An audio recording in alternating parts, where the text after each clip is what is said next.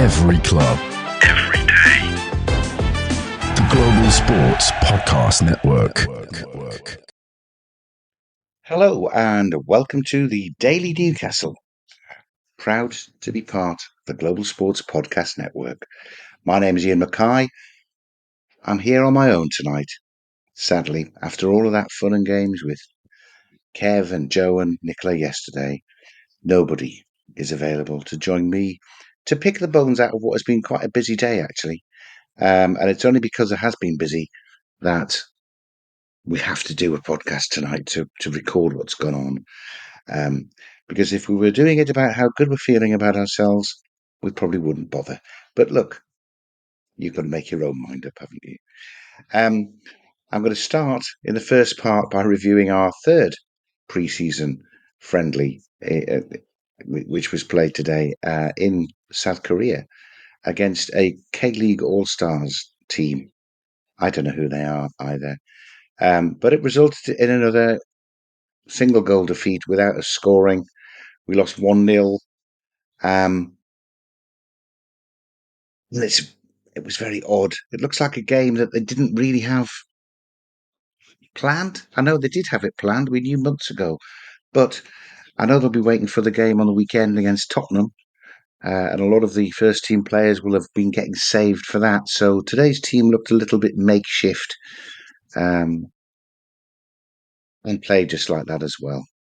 Yeah, there were lots of really good reasons why we didn't perform very well. It was super humid. It was really, really hot. The pitch apparently was a patchwork of scorched turf, very hard, very bumpy, but really somebody should have shown a little bit more than any of them were able to show over the course of that game. Struggling to remember a shot on target that we had. We didn't seem to create very much.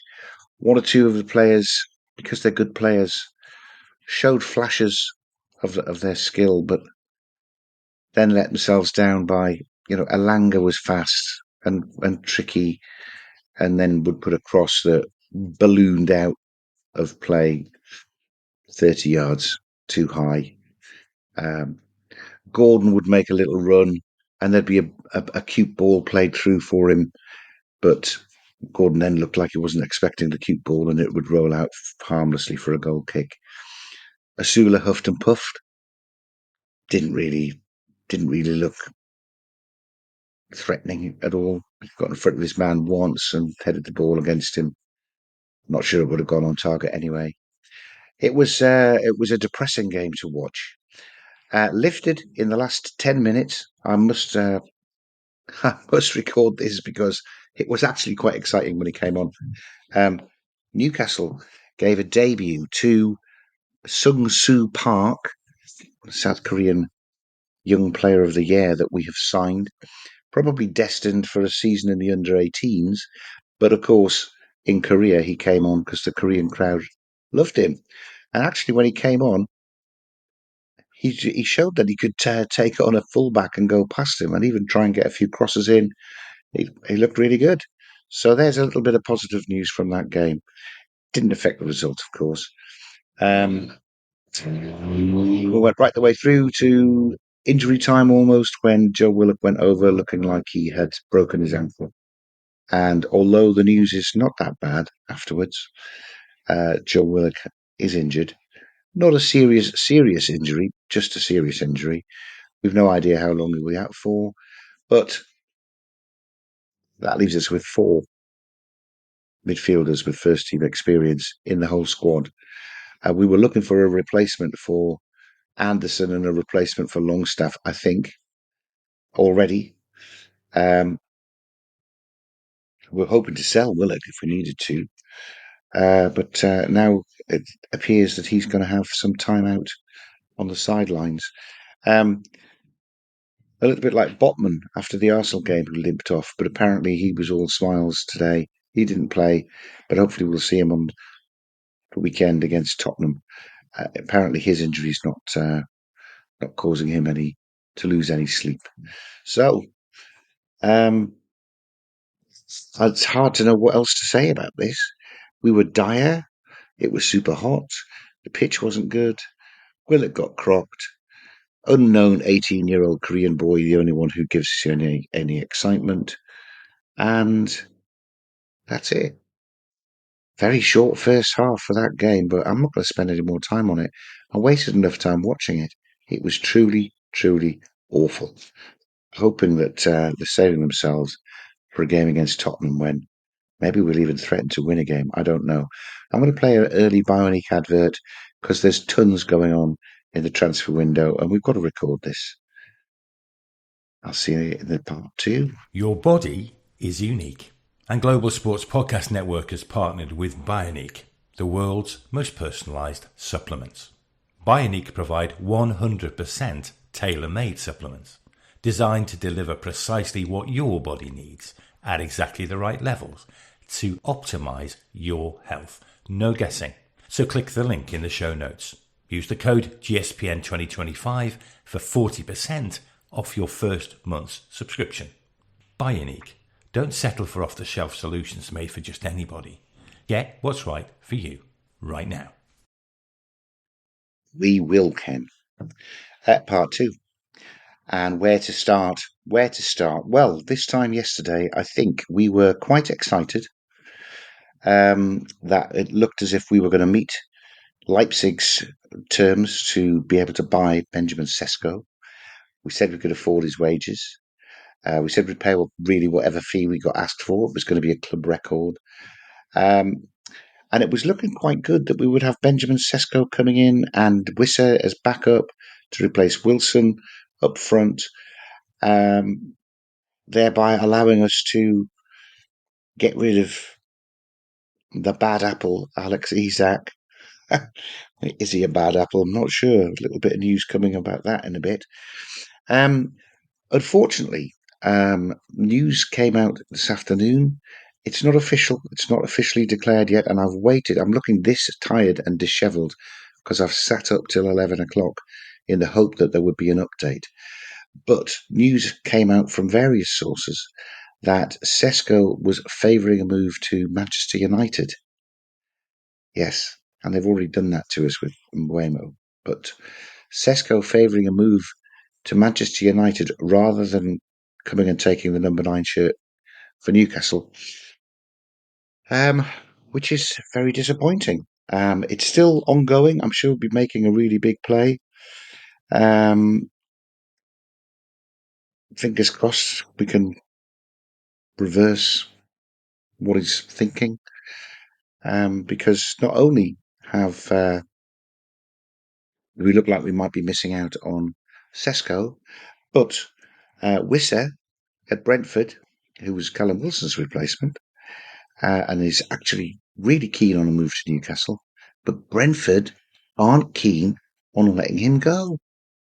Whatever fee they get, they look as if they're going to play the card, or they're trying to play the card that we would be trying to play the card with Isak. And it's really, really hard to reconcile how we can be all affronted by not by Liverpool demanding that we let Isak go because he wants to go, and they're going to meet whatever fee we ask.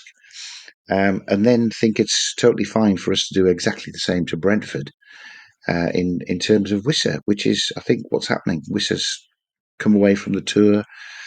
Apparently, he's going to turn up to training tomorrow, but not actually train. So he's told them. It's the same situation, I think. Last week, I said, before all of this news broke, that I was of the mind to let Isak go, take the money, and rebuild the team in a way that Liverpool had done 10 years ago, was it, with Coutinho? I really, really think that we ought to do that. Now, if we do sell Isak first and we have all of this cash landing in, let's say modestly, Liverpool put 135 million quid bid in and we accept it, everybody else knows that we have got a load of money to spend and we will end up getting overcharged. Is that really a thing, though? Do they not already know when we're shopping for strikers, it's so we can sell Isak and get all of this cash in? I don't think it's a thing. I think we should get on with it. Maybe it's not Sesko, and that would be disappointing. But, Wissa is still there.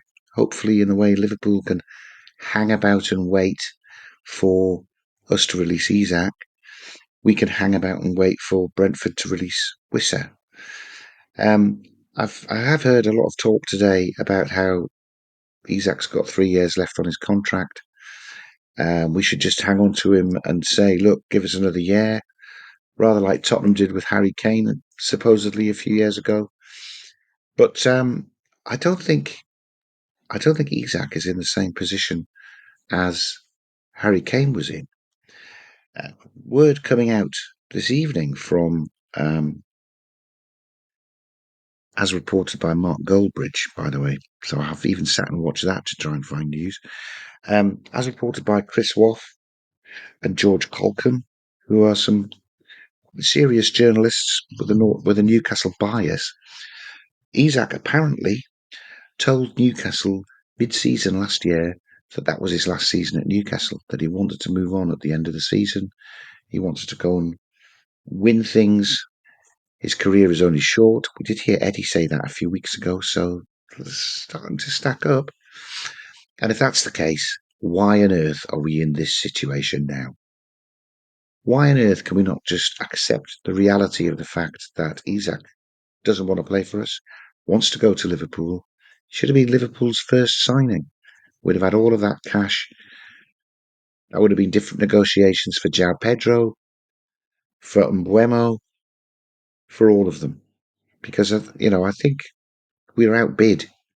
We're outbid by Chelsea for both Delap and João Pedro. We couldn't afford the wages that Man United could offer for Mbuemo. And of course, Liverpool wouldn't have gone and bought Ekitike if they'd already bought Isak. Well, they might have done, but we could have gone in and got Ekitike with it, sort of without Liverpool stepping in. So I think we've really badly played this Alexander Isak situation. If Isak has told them, and let's be honest, his form, it dipped. If he told them after the Carabao Cup final, for example, that's why he was pretty rubbish in the last 10 or 11 games of the season. It does stack up. And if we knew he was going, and we know the reality of the football world, that it's all powers with the players, I think we should have embraced it. Anyway, it's 2020 hindsight, isn't it? We can't. What we need to do is move him on quickly, I think. Let's get something in to start exciting us. Because without Isak going, the truth of it is, I don't think we're in a worse position than we were last year. We finished in the Champions League places last year. I know we've sold Sean Longstaff and we've lost the croc Callum Wilson, who never played for us, but we've brought Elanga in. So to me, it feels a little bit like quid pro quo, and we're at least as good as we were last year, but with I don't know 250 million with the Isak money to spend. So let's not be down about it. There's still 5 weeks left in this window. I know the Premier League kicks off in 2.5, but yeah, we've just got to keep going. And if it isn't Sesko, it still might be. Still might be. Still might be. If it's not Sesko, there are plenty of strikers out there who will be able to come in and do us a bit of a job. I'm going to pause there and read you the Zencastr advert because I do have news in part 3 of an actual arrival. Yeah, a signing. And also some insight potentially from Craig Hope of the Daily Mail into who the strikers are that are left on Newcastle's shortlist, which clearly was quite a long list because we're already working down to numbers 7, 8, and 9 here. Anyway, see you in part 3. Here at the Global Sports Podcast Network, we spent a lot of time selecting our delivery platform. Zencastr came out the clear winner. With 4K video recording from your phone and AI editing that automatically removes all those ums and ahs, it's super easy to start a podcast that sounds great and is delivered efficiently. If you're ready to tell your story, check out the link in the show description to learn more about Zencastr. And I'm sure you're going to do that.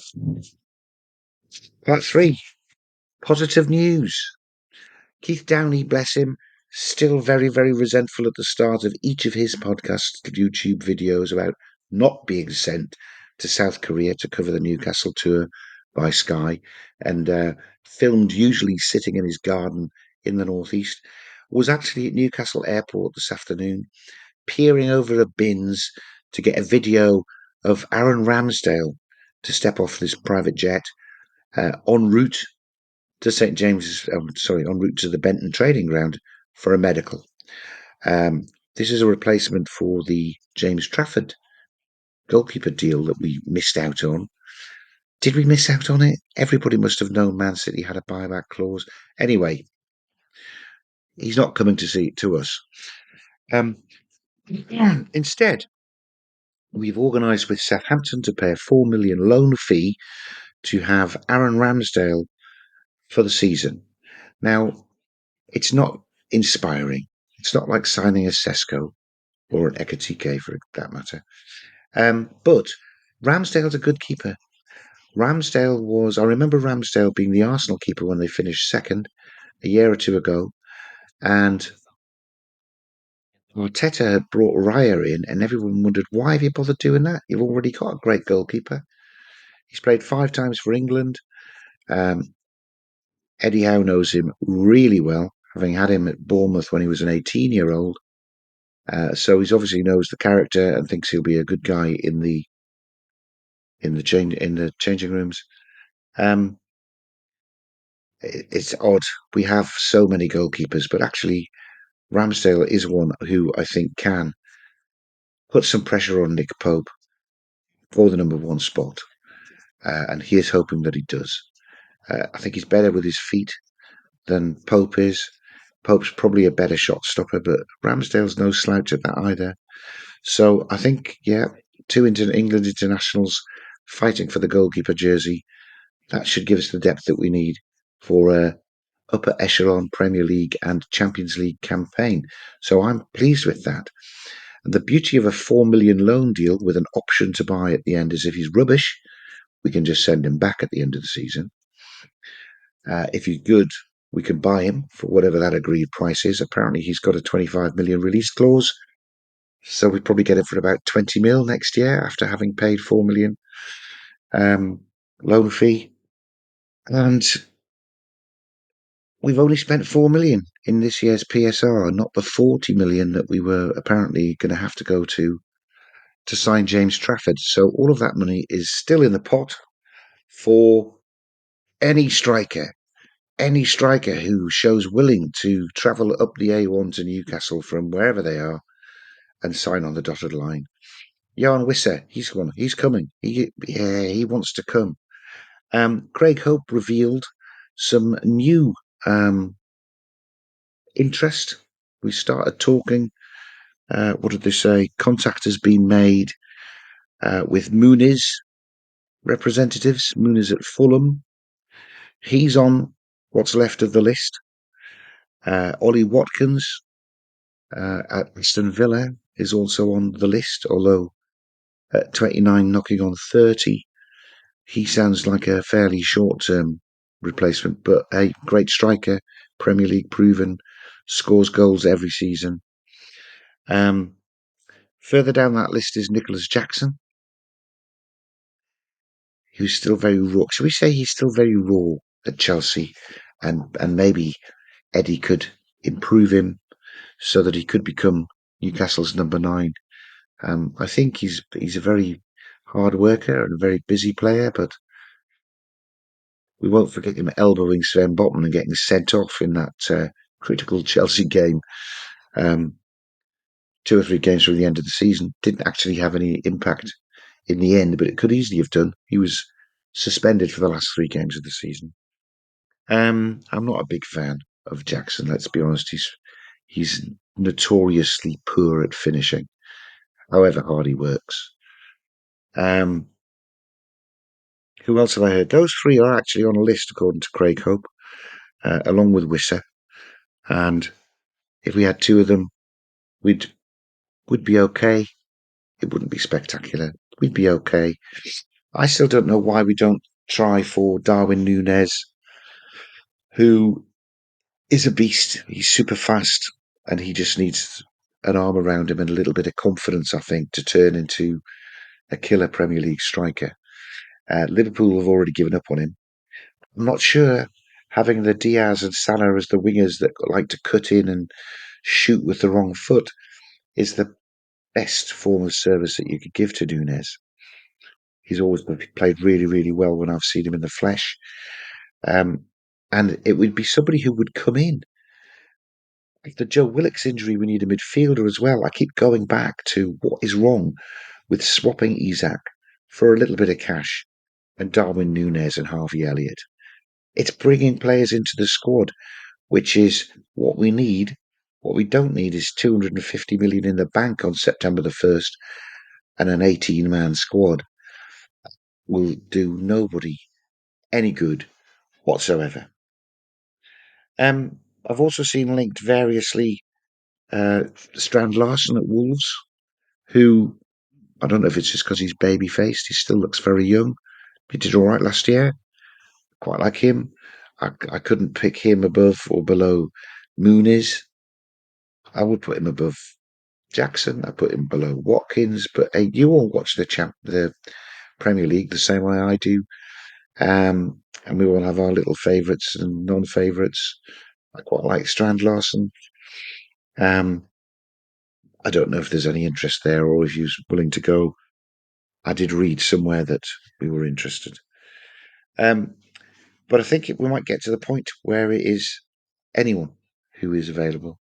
Within reason, we will be interested, which is sad because I still think that there must be a lot of scope to go into Europe, work our way through Steve Nixon's little black book and try and pick up a striker equivalent of a Bruno or a Botman in the way that he had Ekitike on that list 3 years ago. Must have some more little gems. Come on, Steve, get your little black book out. That's probably it. There are rumours, by the way, now we've signed Ramsdale, that Manchester United might be coming in for Nick Pope as a goalkeeper, which would be quite interesting, because then at least Nick Pope would be playing with Benjamin Sesko next year, if it goes that way. But look, let's not get too down, because we haven't been rejected by Benjamin Sesko yet. We'll save all of that disappointment for tomorrow, and we'll discuss it all tomorrow morning. Thanks very much for listening. I've been Iain Mackay, trying to stay upbeat in a god-awful run of results. That's 5 defeats in a row, if you're counting the last 2 games of last season, plus 3 friendlies in pre-season. And with news of other people rejecting us again. Honestly, if I was Eddie Howe, I'd be checking his breath. Something's up. We'll see you tomorrow. Every club, every day. The Global Sports Podcast Network.